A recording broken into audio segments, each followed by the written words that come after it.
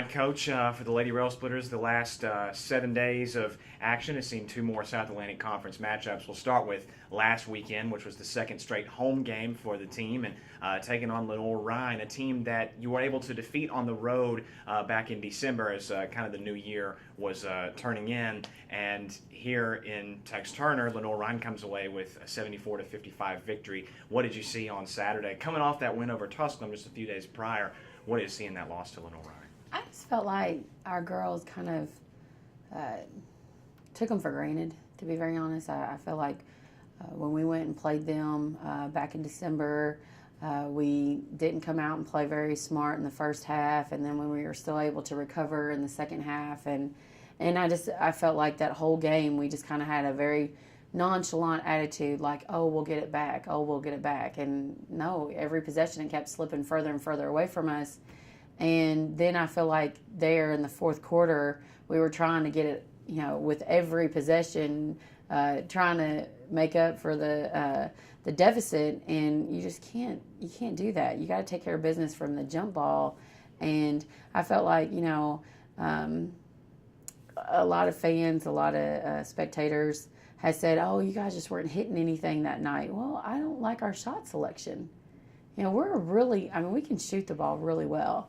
And there's been multiple games where, when we just shot lights out. I go back, I reference the Carson Newman game where we were shooting 66% from the three-point line. That's insane. So we've got great shooters, but it's the shots that you're looking to take. LR played us in a zone, and we didn't make the zone shift. We didn't make the zone collapse. We had no inside-outside game, and, you're taking guarded shots. Well, that's exactly what the zone wants you to do, and we fell right into that trap. And I felt like, we just didn't play very smart. I told our players, when you have 26 plus more possessions than another team, and you've rebounded 20 plus offensive rebounds, 9 times out of 10 you're going to win that game. But we didn't, and it wasn't effort. It was just playing smart. We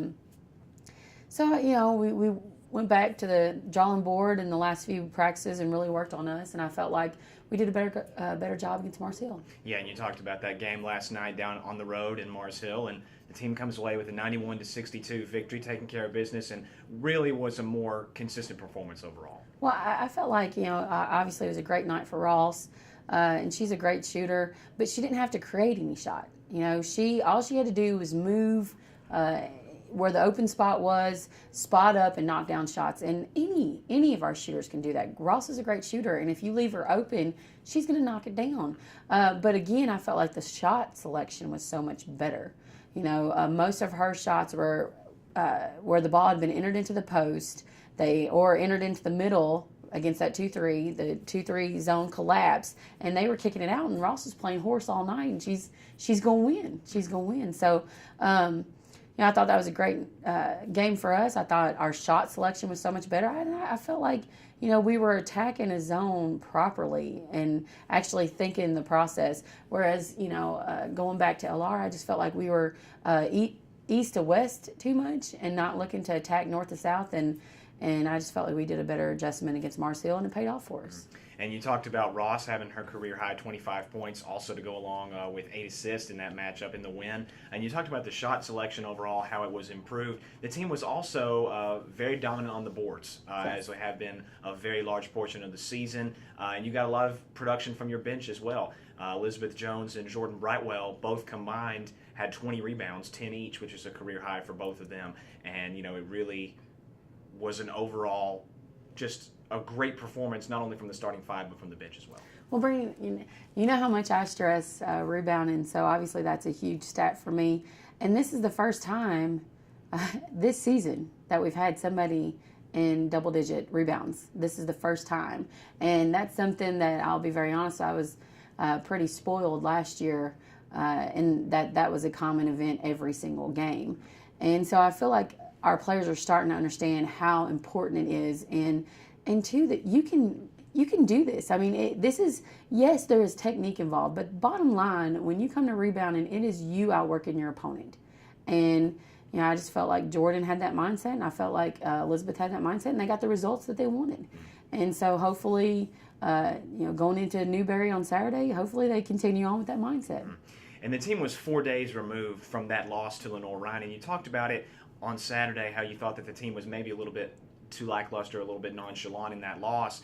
And, you had to kind of preach to the team a little bit on Wednesday that, especially now as the season goes into February and you're into these late season South Atlantic Conference matchups, that you can't have that attitude at all and take care of business on the road. Well, you look, I mean, the SAC is such a competitive league. I mean, it's just, it could be anybody's game any night, and it's so jumbled there from about really second place on to, I believe, sixth place. I mean, it's just just really jumbled, and that one loss dropped us several spots, and then we win, yesterday, and we're back up where we need. So I mean, you can't. It's just, you just got to take advantage of every opportunity that you're given, because I mean, it's such a tight race, and we want to be one of those top four teams in at the end, so that we can get that bye for conference tournament. So and I just feel like there's things that are within our grasp that we can control, and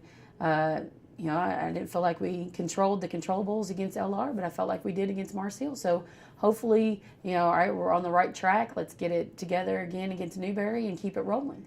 And specifically in that matchup against the Wolves this coming weekend, another second time meeting with another conference opponent, trying to get a little bit of revenge from the loss down in South Carolina back in mid-December, right before the team went on that 5-game winning streak. And now returning it home for the third time in the last 4 games, specifically in that contest. What can we expect on Saturday? Well, I think Sean does such a good job with his team. I think Newberry is a very smart team. They execute really well, both offensively and defensively. I think that their game plan is they try to make teams play their tempo, which, I mean, every team should go out and attempt. But they're very successful, and I felt like they did a great job slowing us down at their place, and it's something that we've talked about multiple times. And and I feel like we've made some key adjustments, and I'm excited about this matchup. I know that they're going to be prepared. I know that it's going to be a very competitive game, and I'm sure it's going to be one that's great as a fan, not so much as a coach. I might have a few more gray hairs after that game, but I think it's good competition. Newberry always plays us really tough, and I'm excited about being back in Tex Turner, and I feel very confident that we can pull away with the victory. All right, Coach. Well, best of luck to you on Saturday. Thank you.